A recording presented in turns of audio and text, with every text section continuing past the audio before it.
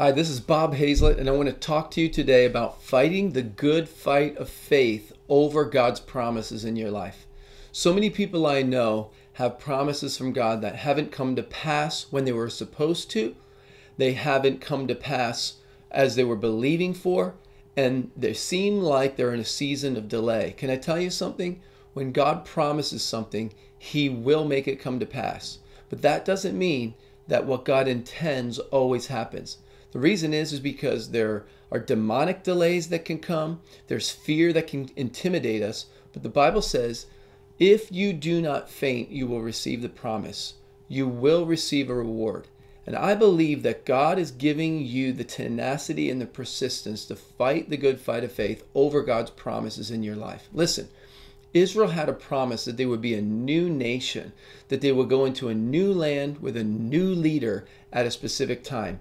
That didn't happen. The reason it didn't happen was because they looked at the giants in the land and they said, we are like grasshoppers in their eyes. The spirit of intimidation kept them from receiving their promise at the right time. But can I tell you something? It couldn't keep them from receiving it ultimately.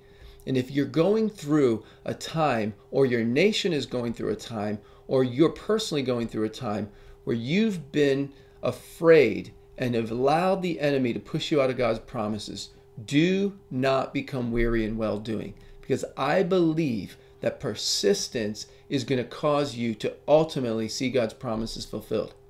I had some friends in a particular nation that had a particular promise about their country that they experienced a great defeat. But can I tell you something? In God, failure turns into muscle when you persevere.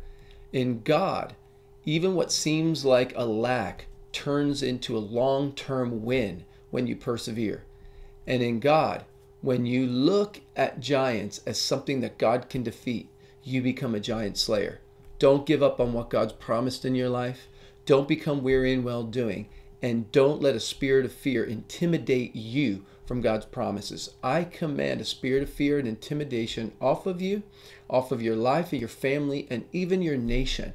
And I say that God's promises will come to pass. Do not be afraid. God is with you, and you will receive your reward. God bless you, and step boldly into the promises of God in your life.